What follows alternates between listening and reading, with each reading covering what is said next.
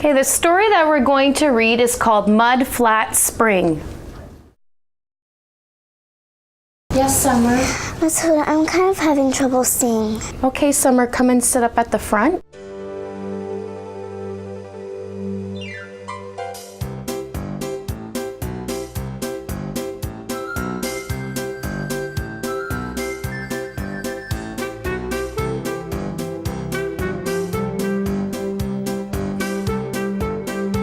Vision, hearing, and speech affect all areas of learning. For most students, learning looks like this. For others, it looks like this. For most students, learning sounds like this. You're over, he growled again. And for others, it sounds like this. In one pocket, you're going to find a smiley face to glue on this side, and a sad face for the junk food on this side. To ensure that your child is able to start learning when they enter school, it's important to have a visit to the optometrist to have their eyes examined, a visit to your family physician to check speech and hearing, and don't forget the dentist to ensure that your child's teeth are off to a healthy start. All of these preventive measures must be thoroughly checked to start your child off on the right foot when they begin school.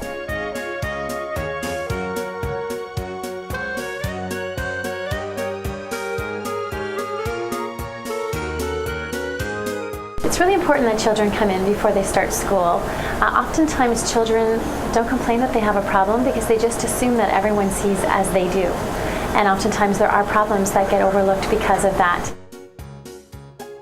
Learning can be different for every student, depending on how well they can see.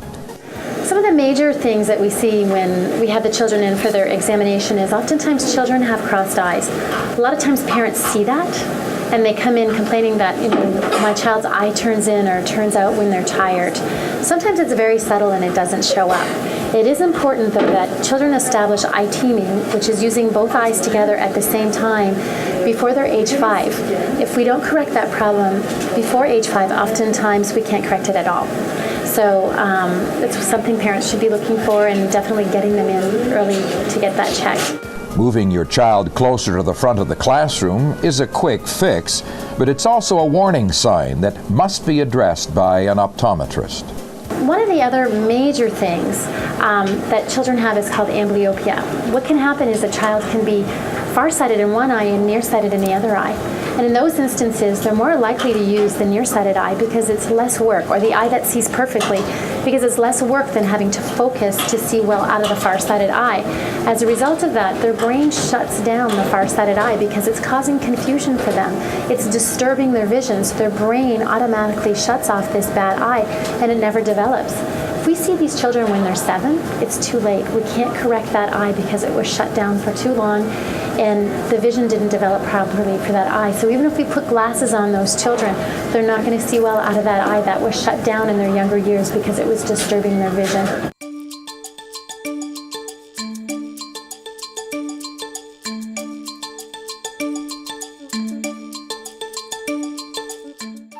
Hearing loss can affect learning by delaying the acquisition of expressive and receptive language.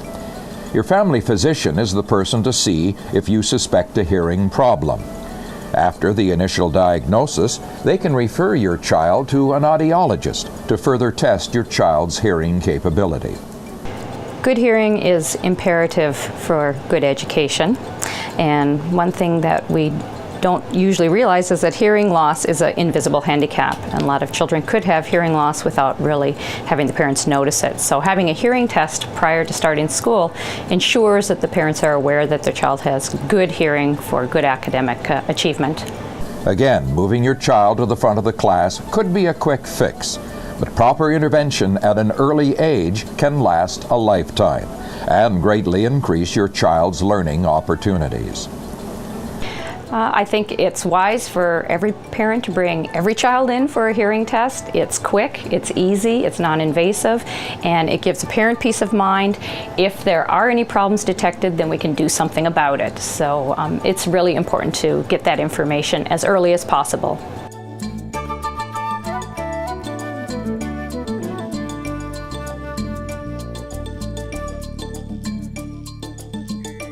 Speech also greatly affects learning. Students who have difficulties speaking sometimes shy away from expressing their opinions and do not get everything out of the learning experience. A visit to your family doctor will assist in diagnosing this problem, and the appropriate referral to a speech and language pathologist can help you and your child overcome it.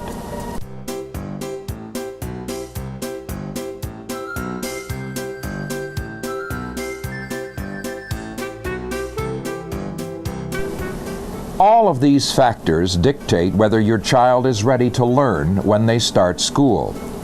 It is really important to check vision, hearing, and speech, as well as getting your child immunized so that we can all start school together in September, ready to learn. The Greater Essex County District School Board has many support programs in place to assist students who experience difficulties in these particular areas. Please feel free to contact your local school principal or the Windsor-Essex Health Unit if you have any questions or concerns. I need to speak clearly.